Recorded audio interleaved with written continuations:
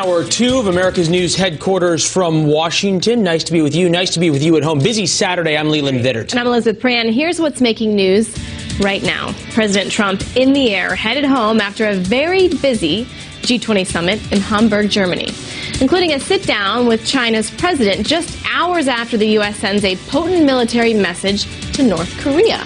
Plus, Republicans in Congress pushed to repeal and replace Obamacare before the August recess. Can they overcome some major differences to get the job done? And what's at stake? Our fair and balanced political panel coming up. Senator Ted Cruz is just about to take part in a town hall discussing the best way to help our wounded warriors. This is a live picture. As soon as he takes to the stage, we will take you there live. Well, that's a wrap on President Trump's first G20 meeting. The president capping off the summit in Hamburg, Germany, with a face-to-face meeting on the sidelines with Chinese President Xi as the U.S. ramps up pressure to keep North Korea in check. John Roberts is still in Hamburg with the very latest. Hi, John. Liz, good afternoon to you. We should hear in the next few minutes or so a little bit more about President Trump's meeting with Chinese Premier Xi Jinping, because we've got three senior administration officials, Gary Cohn, the president's chief economic advisor, the national security advisor, H.R. McMaster, and Steve Mnuchin, the Treasury Secretary, who are going to brief the press aboard Air Force One as they wing their way back to the United States. Of course, the big thorny issues between the United States and China include trade. The president wants to level the playing field to a greater degree, try to reduce that $347 billion trade deficit we have with China, and then get China more on board to rein in North Korea's nuclear program. The president got a little more strident in his language on Twitter, suggesting that China had given up on the idea of working with us, but he sounded an optimistic note as the bilateral began a little while ago. Listen here. I appreciate the things that you have done relative to the very substantial problem that we all face in North Korea, a problem that something has to be done about. Trade is, as you know, a very, very big issue for the United States now, because over the years, it's really been over a long period of time. Many things have happened that have led to trade imbalances, and we're going to turn that around. And I know that with China in particular, which is a great trading partner, we will be able to do something that will be equitable and reciprocal. It was the second very big and very important bilateral meeting for President Trump in as many days. Yesterday, the big news was all about his very first sit-down with Russia's President Vladimir Putin. It led to a little bit of a disagreement over Russia's meddling in the U.S. election.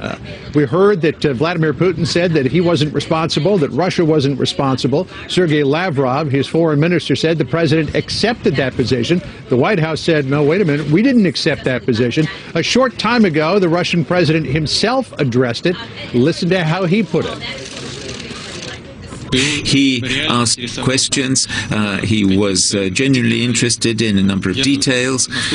As far as I could, I answered him in detail. He asked me questions. I answered. I clarified. And I think that he was satisfied with my answers. Yeah, satisfied with his answers. Didn't say he accepted the answers. Really what the U.S. is saying all about it was they could have, the meeting could have gone two ways. They could have had a 2-hour and 15-minute argument about whether or not Russia was responsible for the hacking, or they could agree to disagree and then move on to other issues. They chose the latter, one of those prospects, and met for 2 hours and 15 minutes and actually managed to get some things done.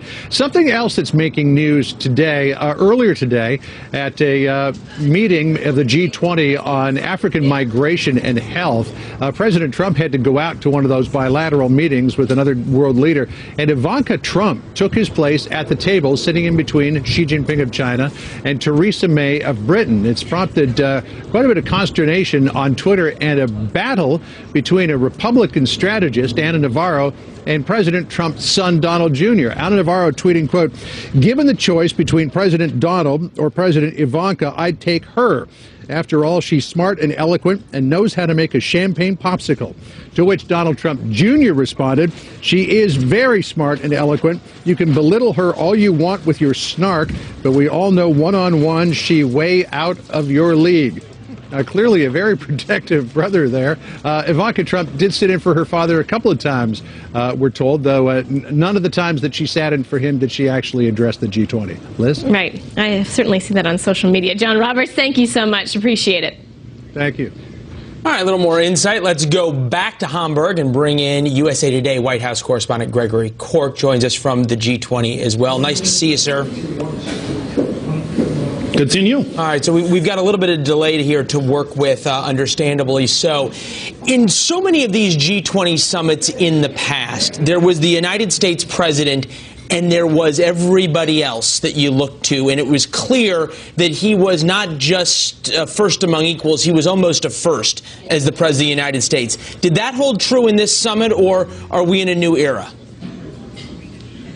No, we certainly are in a new era, and this was unmistakably Angela Merkel's G20 summit. That, you know, she's the German chancellor. Her profile has only risen in the Trump era. She's the host of this summit, so it's understandable that she would help to set the agenda. But she set that agenda around issues like climate change, or trade and migration, on issues that you know, President Trump is divided with the rest of the developed world on, especially on the climate change issue. All right, and give us a sense, were people sort of fairly dismissive of President Trump about that, or is there some kind of uniting among other G20 nations against the United States over the climate issue? Because so many in the United States kind of view it as a giant yawn, whereas in Europe, seems at least, they think it's enormously important. Yeah, one of the other stories come out of the G20 today, and John Roberts didn't get into this before because there's so much other news to come out of this summit, but the G20 nations signed on to a communique, as they do at the end of every summit, and they included a passage on climate. The passage on climate was the only area of disagreement. 19 countries made a statement that the Paris Climate Agreement is irreversible.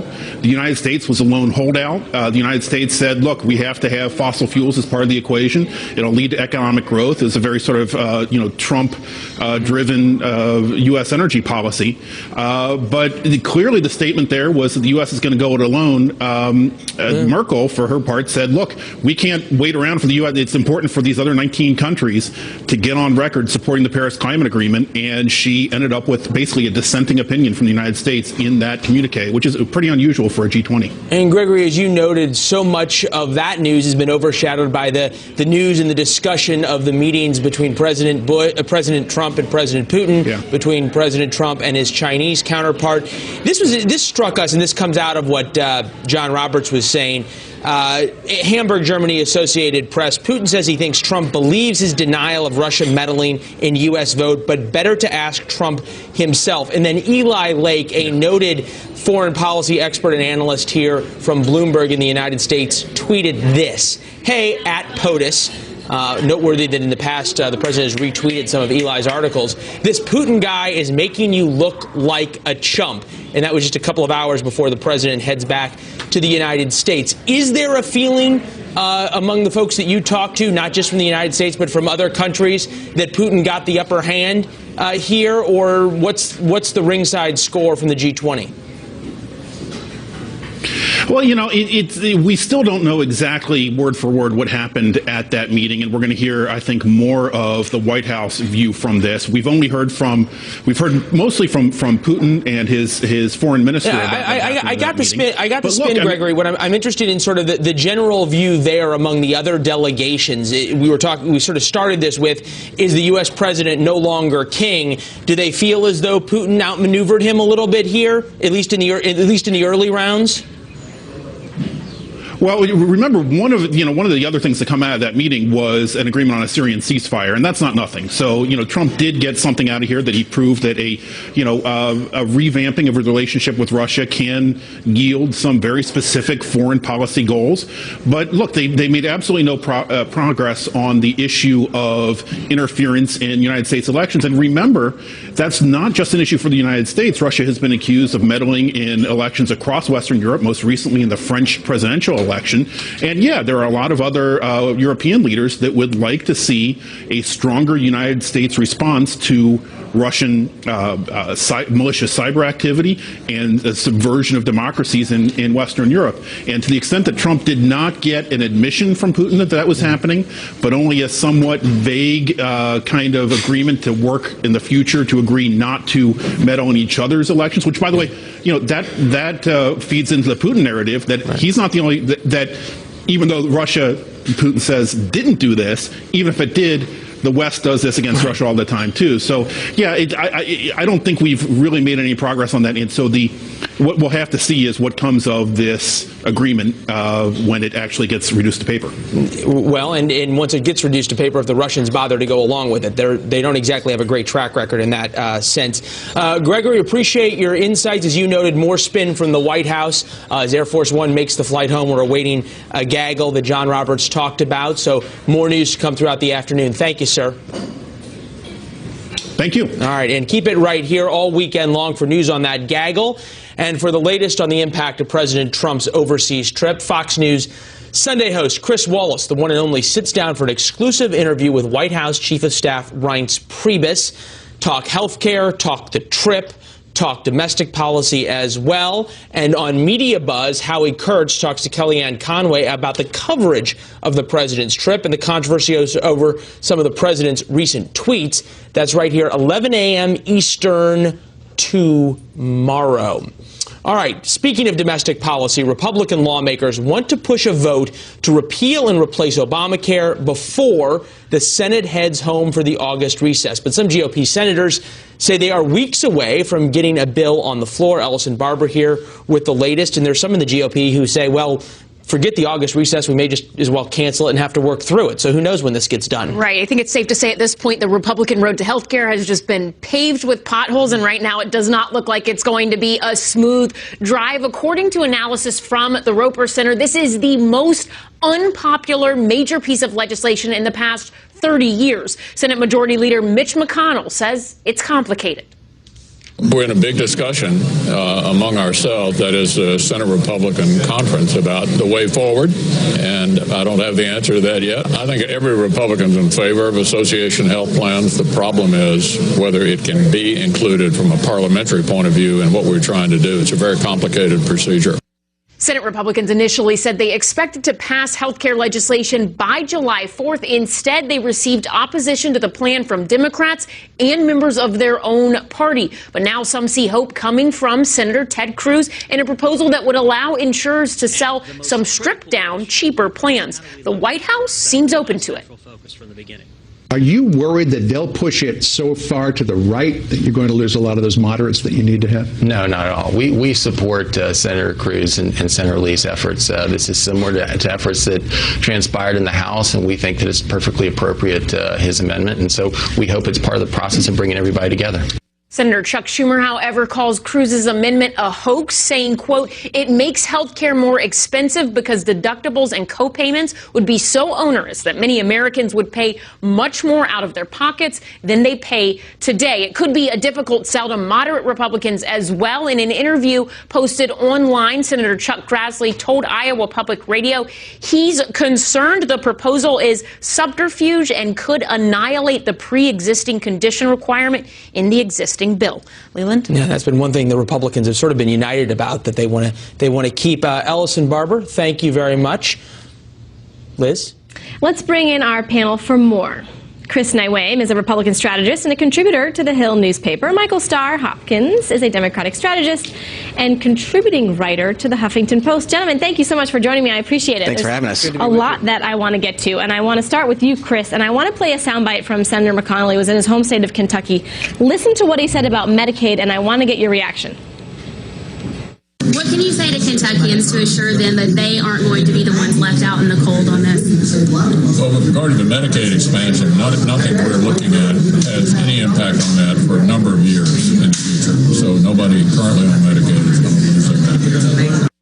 Chris, I want to get your reaction. Of course, in the short term, perhaps nobody would be affected, but in the long term, hundreds of thousands of people just in Kentucky stand to be affected by the changes in the Senate.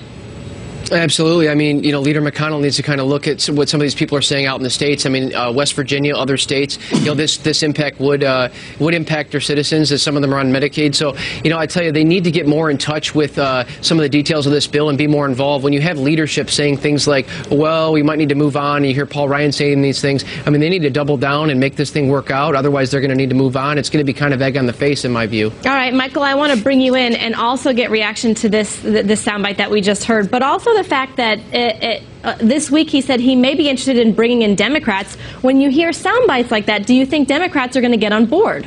I do think Democrats are going to get on board. We're not going back to a time and place where pre-existing conditions weren't covered, when people had to rely on going to the emergency rooms for basic health care. We're going to move forward, and there's 3 easy ways that we can do that. Number one, if we look at cost share subsidies, if those are guaranteed, that'll put the marketplace in a position where it has confidence. If we look at also what the state of Maine did and what the state of Alaska did in having high-risk enrollees be funded by the state, and so they basically issued a reinsurance, that's the second perfect thing. And then third, if we incentivize insurers coming back into the marketplace, then we can give more stability, and then we can bring premiums down, which is good for everybody. Okay, but I want to bring Chris in, because the Maine and Alaska, that it does sound great, but that's a lot for states to pay for. Some of these states are saying we can't pay for it. We need the federal government to pay for it. Which is true. And if we allow the states to work with the federal government to bring down those premiums, then the federal government will be spending less money, states will be spending less money, and let's be honest about this, we're reinvesting in people's health. Health security is national security, so it's in everyone's interest. All right, Chris, I want to bring you in. We had former House Oversight Chairman Jason Chaffetz on the show earlier, and I asked him, after working in the House, certainly he'd have to use his imagination and talk about what's going on in the Senate, and I asked him what would be some of the biggest sticking point. I asked him if it would be Medicaid, or if it would be Senator Cruz's Consumer Freedom Act, or if it would be the CBO scores that turned off a lot of senators. And he particularly said that making it an open market where insurance can be sold across lines. We've heard that from Senator Paul, we've heard that from Senator Cruz, and I'm curious, from your perspective, what do you think senators are going to be stuck on this week? Well, it's odd that they're stuck on anything, in the sense that they've got a majority. This is the time to get things done. I mean, obviously, health care is a complicated thing. It affects every state differently, but, they really need to come together. I think if the president wants this, he should spend some time on Capitol Hill as well.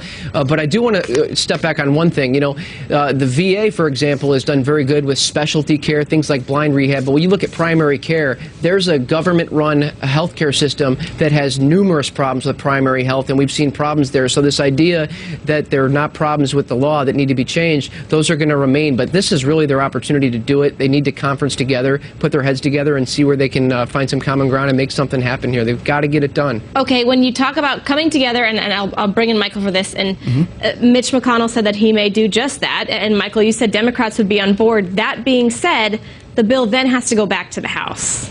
It does have to go back to the House, and I think it's imperative on Paul Ryan to work with the Democrats on crafting legislation that can not only make its way through the Senate, but also make its way through the House and have the president sign it. Look, when we talk about people's health care, we talk about something that affects every single American, and there's got to be a way for us to come together and make sure that everyone's protected, because at the end of the day, we're all one bad day away from being financially insolvent because of our health care issues, and that's not the American dream. I know. Michael, Chris, it sounds so good, doesn't it, when we say they all need to work together? It sounds idealistic, right? Well, Chris and Michael, thank you for that uplifting debate, gentlemen. We'll see what happens this week. Leland? Well, happening right now, as we've been talking about, Senator Ted Cruz is soon going to be speaking at a town hall in Houston. You're watching right now Dan Caldwell of Concerned Veterans of America. He was just on with us talking about how many veterans say they still need help from the VA, but at least are optimistic about some of the changes that the Trump administration has made. We're going to keep listening to this. Wait for Senator Cruz, take you back there live when news is made. Coming up now, President Trump wants China to get tough on North Korea. So what could he do to make that happen? Plus, more fallout from the president's first face-to-face meeting with Vladimir Putin. Both world leaders like to win. We break down the scorecard. And a new TV special claims to solve the nearly century-old mystery of Amelia Earhart's disappearance. Could it be true? On the last lap of her magnificent flight round the world by way of the equator, Miss Amelia Earhart was lost in mid-ocean. On the 2,500-mile hop to Howland Island, She was reported missing.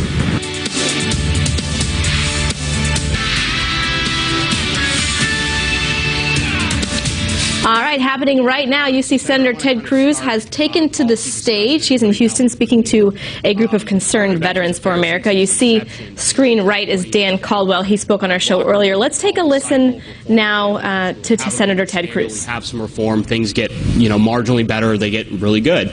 But then things revert back to the way they were, and there's another big scandal, and the cycle repeats itself and has for nearly 100 years now. Why do we keep hearing about these problems at the VA? Why are these continued scandals? Is it a structural issue? What is driving it? Well, Dan, thank you. It's a great question. Let me say at the outset that how grateful I am to the terrific work Concerned Veterans of America do. You guys work incredibly hard organizing people on the ground across the country, and you do terrific work in Washington as an advocacy group, advocating for vets, advocating for better service, advocating for more responsiveness, and it's been the impact you make is really significant. This question is one that you get a lot. People are understandably frustrated with the VA. Now, the VA has a lot of wonderful professionals. Many of them are veterans themselves. It has a lot of men and women who passionately care about the mission they have of providing for and caring for our vets. At the same time, the VA is a gigantic government bureaucracy. It is larger than the United States Navy. And government bureaucracies, by their nature, are inefficient, are often unresponsive, are cumbersome. And that's been exacerbated in the VA in recent years, where we all have seen the scandals that broke out as we had VA facilities keeping bogus books, phantom and fake books, denying veterans care, denying them the care that they had earned, that they had deserved, and in some cases denying vets life-saving care that was desperately needed. And in my view, there are really two significant reforms that need to happen. Number one, we need substantially more accountability. Accountability within the VA. Like any government institution, and the VA is no exception, it is exceptionally difficult for there to be consequences for bad behavior. And that's one of the things I've been helping lead the effort in the Senate, is to provide more accountability. So if we have an employee who has broken the criminal laws, they should be prosecuted. And if we have an employee who is wrongfully denied care contrary to law, they should be disciplined, or if the facts merit it, terminated. We've seen some progress in expanding accountability in the VA, and actually CVA has been very active in pushing for that, but we need to do more to make sure there's accountability up and down the line. But the second piece, and this is the broader structural reform, is that we need much more choice in the VA. I am a strong believer that veterans, every veteran, you ought to be able to choose your own doctor.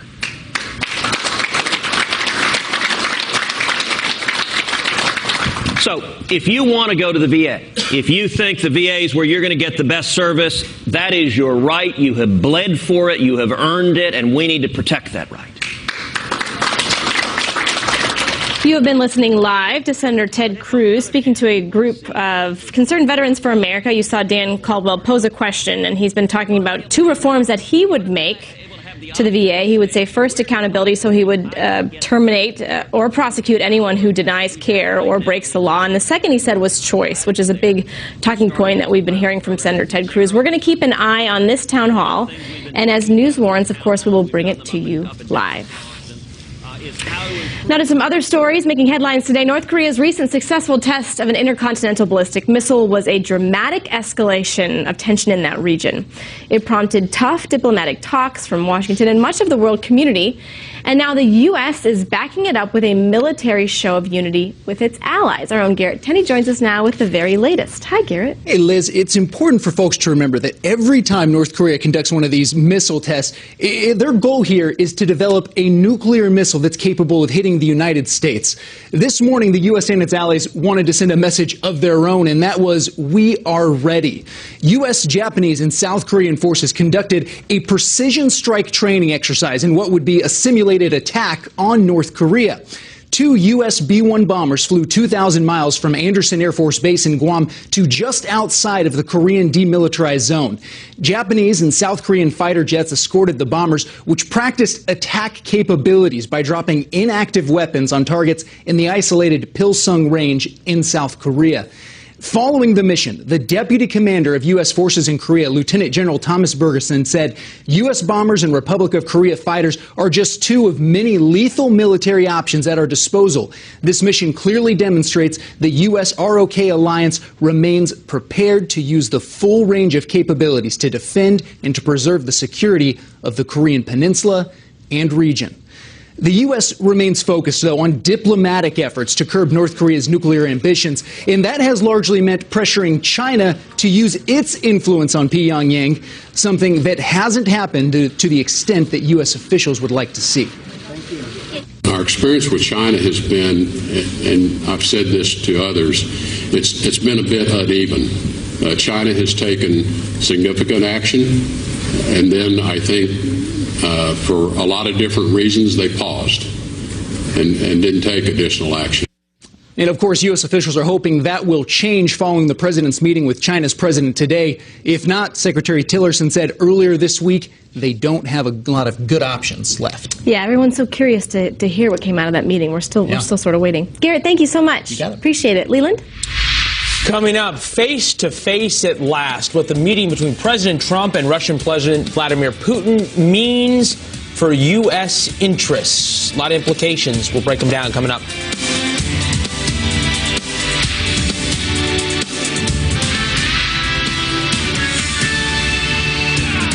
The anticipation for the handshake between Presidents Trump and Putin is matched only by the spin after. Foreign policy hawks are firing back on the U.S. administration's take, saying President Trump got played. For example, this from Steve Hayes at the Weekly Standard. In the unlikely event that there was any remaining confusion about U.S. capitulation, Tillerson used a response to a reporter's question to end it. I think what the two presidents, rightly focused on is how do we move forward? How do we move forward from here? Leon Aaron, Director of Russian Studies at the American Enterprise Institute, joining us now.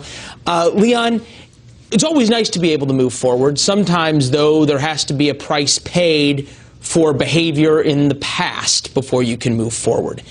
Was that done? Well, we don't know what's in the black box there, right? Lavrov, Foreign Minister of Russia, said more than Tillerson. Looks like they covered a great deal of ground. You know, they were there for four times longer than originally anticipated. But no, does not seem. Look, there were two things that Trump should have done there to constructively shape our relationship. First, he would have had to discuss with Putin in detail what it is that concerns us in a very forceful, as the diplomat said, frank way. Syria, cyber attacks, Estonia, Ukraine, and so on and so forth. And the second thing, probably just as important, is to offer him either carrots or sticks for either moderating his behavior or continuing to impinge on our national interests. Looks to me like there were no sticks offered. You think about the Trump administration so often called Putin now, and especially on the campaign trail, strong, tough, all these things, and really sort of made fun of President Obama for being played by Putin, for being a chump to Putin, for getting bad deals from Putin. Did we see anything that indicates the Russians feel as though they need to fear a tough and equal President Trump? That's exactly the point. Remember when Jack Kennedy went into a summit with the Russian leader, Soviet leader Nikita Khrushchev in 1961 in Vienna, President de Gaulle, the very wily French guy, said, what you need to impress on him is that you're willing to fight if necessary. Has Trump impressed that? Kennedy certainly didn't, because Khrushchev put nuclear missiles on Cuba the next year. Has Trump done that? That, to me, would indicate whether that summit was successful or not. Back to what Steve Hayes wrote, and it has some important implications because of the one quote-unquote win that the administration is talking about here. The embarrassment wasn't limited to interference in U.S. elections. There was Syria, too, where Tillerson claimed that American and Russian objectives were exactly the same. And to that end, we have seen now the discussion of this ceasefire that is supposed to go into effect in 24 hours, yet they don't know anything that's in it. And as you and I have discussed, Russian ceasefires aren't worth a couple of rubles. Well, not only that, but do you know who's going to enforce that ceasefire? According to Lavrov, Russian military police. So we have nothing to worry about. I'm sure it will hold. They're such friendly folks. Yeah, of course. Maybe they'll grab a few so-called volunteers from Donbass or Luhansk. This is not just a non-starter. This is a little bizarre. All right. Where does it go from here? Is there a test now that President Putin gives to President Trump to see where can I take advantage of this relationship again? Well, there's Syria. It looks like I said, Trump would have had to, I would have hoped, that he would have proffered Putin sticks for continuing to damage our national interests, whether in Syria, take North Korea. Russia vetoed any sanctions on North Korea. Doesn't seem to be any discussion there, or as Tillerson said, we see things a little differently. I mean, how about creating a working group on cyber attacks or cyber attacks? It's like having a burglar in your house and you sit down with him and have a working group and you take this, but not that. Well, I guess the results will be with the next test, whether President Putin is, to your point, scared a little bit. Leon Aaron, appreciate your time, sir. Thank you. As always, thank you. Elizabeth? All right, great interview. President Trump's nominee to lead the FBI takes the hot seat on Wednesday. What you need to know about Christopher Wray and what may come up during his confirmation hearing, we'll discuss coming up.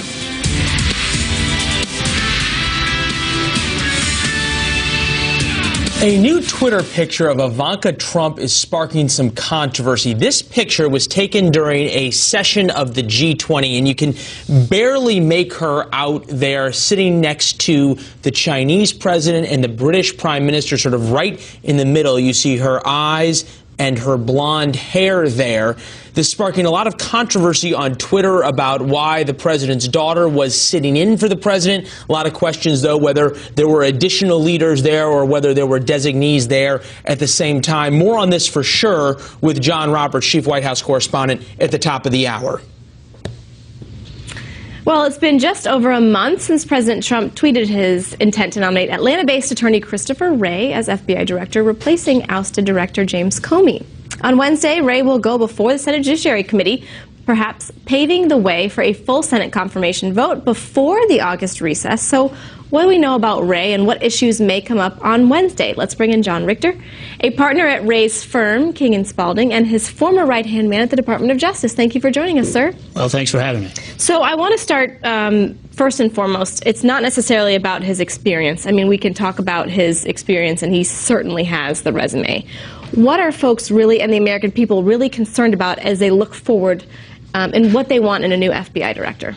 Well, let's think what's at stake here. There are tremendous threats facing the United States. The FBI plays a key role in those threats. And I think what the American people are looking for is a director who is principled and fearless and will face those threats with maturity and sober-mindedness. And Chris Wray has that in spades. When he goes in front of the Judiciary Committee on Wednesday, there's always going to be lawmakers who push him. That they're going to want to get under his skin, they're going to want to see him rattled, and they also want to know, can he be independent? Do you feel as if there's anything that's going to be brought up that could be a point of contention in his resume? I don't think there are points of contention in his resume that are going to be material to the judgment on Chris Wray. I think there is a general consensus that he's the right man at the right time for the FBI. I think what this hearing is going to focus on is making sure that the questions and assurances are given, and it's an opportunity, obviously, for Chris to make the case and explain his principled facts and law approach to all things. when he approaches a case or an investigation or an issue, he's going to look at the facts, he's going to look at the law, period, full stop. I want to put up a full screen for some of our viewers, it's a Senate confirmation timeline, and we see both James Comey and also Robert Mueller, and it talked about it between nomination and confirmation. For James Comey, it was 38 days. For Robert Mueller, it was 15 days. The reason I bring that up is because we could be talking about what is soon to be Christopher Wray at the helm of the FBI. In your experience with him, does he know what it's like to be an FBI agent? Does he know the pressures? Can he relate to the men and women who are working behind the scenes? I'm asking, what type of leader is he going to be? Sure. Look, when Chris was approached to consider the nomination, and it became publicized in the news, he immediately received a tremendous outpouring of support from former FBI special agents who had worked directly with him as a line prosecutor, as well as when he was at the senior leadership at the department. Chris has been there in the trenches with these men and women, both in investigating the cases personally, in the courtroom, as well as in key and critical national security briefings at the FBI. He was with them on 9/11. He's been with them through thick and thin. So I think Chris has the kind of experience and background and immense respect for the men and women of the FBI to lead them very well. We only have about 15 seconds left, but my last question is the balancing act. I mean, he just has so much that he is going to be facing. The FBI has more on their plate than maybe even ever before. Can he balance all that? Chris's mantra is keep calm and tackle hard. If anyone can, he can. All right. John, thank you for your perspective. That's really interesting. Thank you for joining us. And, of course, we'll be covering the hearing on Wednesday. Thank you, Liz. Leland? All right, coming up next, this first in-flight female is throwing history for a loop now. New evidence about the disappearance of Amelia Earhart nearly 100 years later.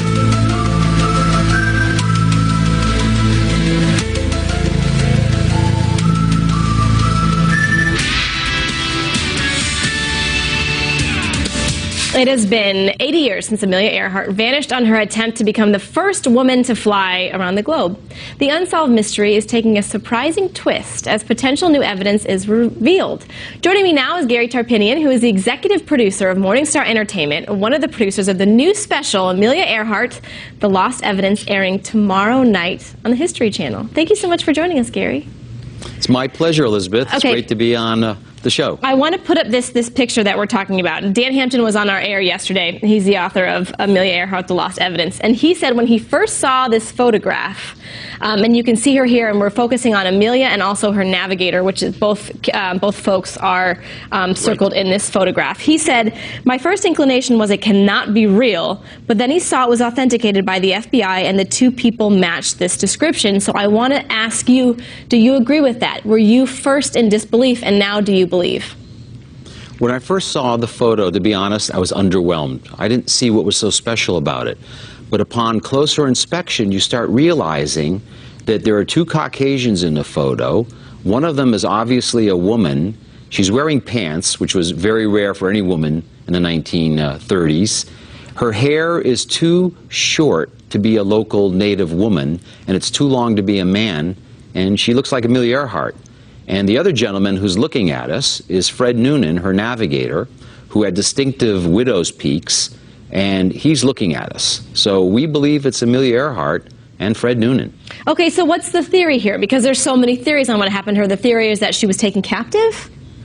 Yes, you know, there's been many different theories on what happened to her, including the one that the U.S. Navy first stated after the search, which is that she died at sea. It's interesting to note, though, that they never found the plane, no wreckage, no oil slick. They certainly never found the bodies of Amelia Earhart or Fred Noonan. So you really can't say that theory is absolute. What we believe is that Amelia Earhart and Fred Noonan crash-landed in the Marshall Islands and were brought to Jalhuit. We believe that's what this photo proves. Okay, if folks tune in tomorrow night, what will they learn? Can you give us a little bit of a tease here? We have about 30 seconds left. Sure. The show is called Amelia Earhart, The Lost Evidence. It premieres on the History at 9 o'clock Eastern and 8 o'clock Central. And we think people should tune in and see our evidence and judge for themselves. Is there one thing that surprised you the most when you learned about this particular new piece of evidence? Yes, that so many of the people of the Marshall Islands for years have been saying this is what happened, and they even identified the ship, the Koshu, that took them away, and it's in that photo. All right, Gary Tarpinian, executive producer, thank you so much. We'll be tuning in tomorrow night. There's so many theories, but this one certainly takes the cake, sir. Thank you. Thank you, Elizabeth. Great to be on the show. Leland? I'm watching too. Coming up, runners take part in Spain's annual bull run. Why, you might ask? Well, this guy probably is asking himself that question as well. We'll tell you what happened coming up